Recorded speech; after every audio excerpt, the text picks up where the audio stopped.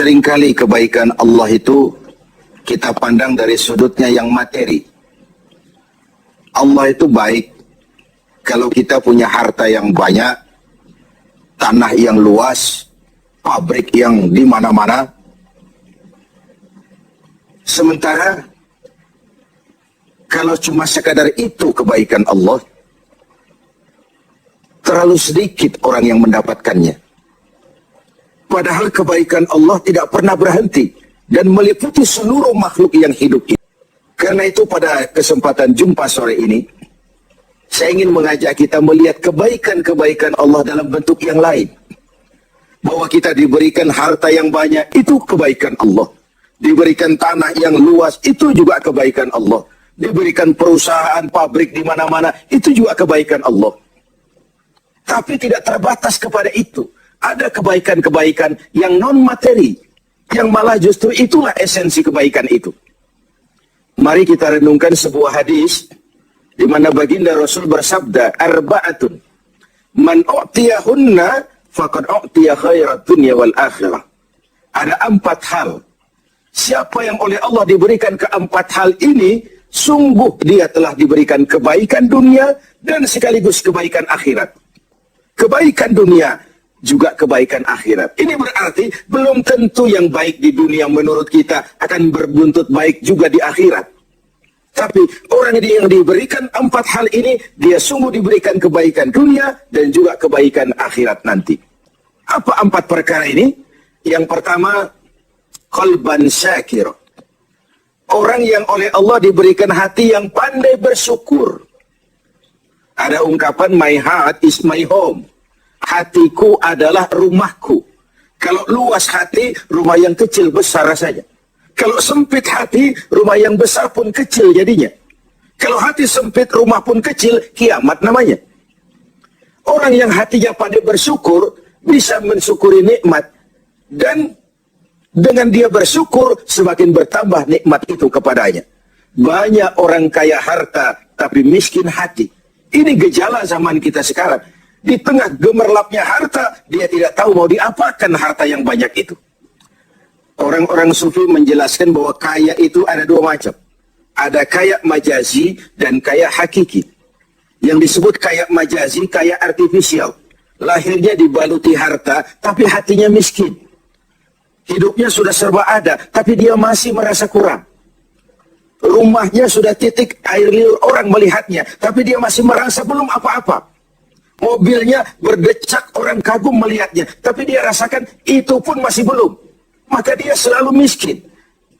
Dalam sebaya cukup dia masih merasa kurang, maka hidupnya pun selalu kekurangan. Orang yang diberikan hati yang kaya, sungguh sebuah kebaikan. Hati yang kaya, hati yang luas. Kalau hati luas, tandanya 2, bisa mensyukuri nikmat dan tidak mengingkari apa yang diberikan Allah kepadanya. Tapi orang yang hatinya sempit biasanya tidak pandai mensyukuri nikmat. Dan lebih celaka lagi ini, tidak senang lihat orang lain mendapat nikmat. Orang seperti ini, ya susah gemuk. Sudah tidak bisa mensyukuri nikmat, tidak senang lihat orang lain mendapat nikmat. Tetangganya beli televisi saja, dia demam. Nanti tetangganya beli sepeda motor, dia makin gawat. Masuk rumah sakit. Di rumah sakit dengar tetangganya beli mobil, mati dia. Disiksa oleh perasaan sendiri. Begitu orang yang miskin hatinya. Orang yang diberikan hati yang pandai bersyukur, sudah diberikan kebahagiaan dunia dan kebaikan akhirat. Ini yang pertama. Yang kedua, walisanan zakira. Orang yang diberikan lidah yang pandai berzikir. Menyebut nama Allah dalam artian yang seluas-luasnya. Tasbih ya zikir, tahmid ya zikir, tahlil ya zikir. Tapi ada fenomena lain. Melihat apapun yang mengagumkan, dia kembali kepada Sang Maha Pencipta. Itu pun zikir. Melihat semesta jagat raya, melihat bintang gemintang bertaburan di angkasa, melihat lautan luas terhampar biru membentang, melihat gunung tinggi menjulang ke angkasa. Semuanya mengingatkan dia kepada Allah. Itu pun zikir. Diberikan lidah yang pandai berzikir. Mengingat Allah dalam segala keadaan. Dan bukankah Islam mengajarkan seperti itu? Dari hal-hal yang paling kecil, memulai pekerjaan, bismillah. Melihat sesuatu yang hebat, masya Allah.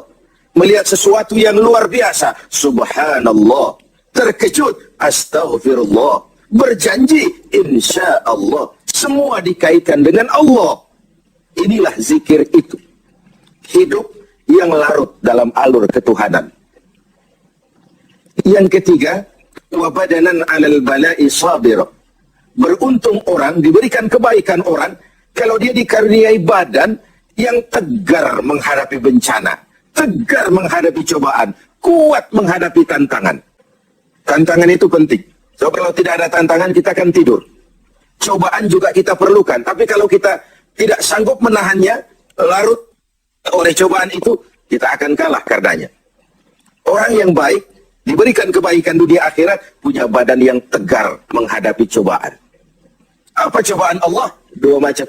Satu ayat menjelaskan, وَنَبْلُوكُمْ بِالْخَيْرِ وَالشَّرِّ. Kami akan coba, kami akan uji kamu dengan yang baik dan dengan yang tidak baik. Dengan yang enak dan dengan yang tidak enak. Dengan yang menyenangkan dan dengan yang tidak menyenangkan. Bukan cuma sakit cobaan itu. Sehat pun ujian. Bukan cuma miskin ujian. Kaya pun cobaan. Bukan cuma tidak punya jabatan cobaan. Naik pangkat pun ujian. Kita ni yang namanya ujian kan yang tidak enak saja. Kalau sudah sakit, ya Allah, sedang diuji. Sehat, lupa daratan. Miskin, ujian. Setelah kaya, lupa bahwa itu juga ujian. Fenomenanya apa? Banyak orang lulus ketika diuji dengan kemiskinan. Tapi gagal berantakan setelah diuji dengan kekayaan. Ketika miskin dia hamba Allah. Setelah kaya dia pindah menjadi hamba harta. Belum pernah ada orang datang mengeluh, Pak Ustadz, saya sedang diuji oleh Tuhan. Kenapa Pak? Uang saya sedang banyak. Belum pernah. Kalau sudah bangkrut, miskin, baru merasa diuji. Bukankah sejarah syarat dengan contoh? La nufarriqu baina ahadim min rusuli. Kami tidak membeda-bedakan para rasul. Tidak ada rasul yang dianak emaskan. Semuanya diuji, semuanya ditempa, semuanya digembleng. Semuanya tegar seperti batu karang di tengah samudra. Walau tiap hari dihempas ombak, dihantam gelombang, dia tetap berdiri dengan tegar. Begitulah orang yang diberikan kebaikan oleh Allah.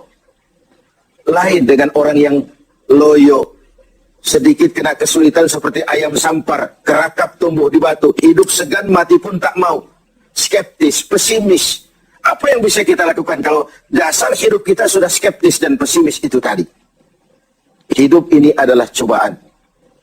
Semakin tinggi kualitas keimanan, semakin berat cobaan itu. Semakin kokoh berpegang kepada agama, semakin kuat pula cobaan datang menerpa.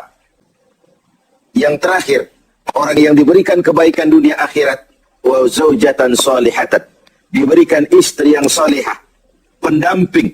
Tidak ada suami bisa sukses jadi apapun dia tanpa peran serta dan dukungan istrinya. Itu sebabnya baginda Rasul menikah dengan Sayyidatuna Khadijah. Apa yang jadi pertimbangan beliau?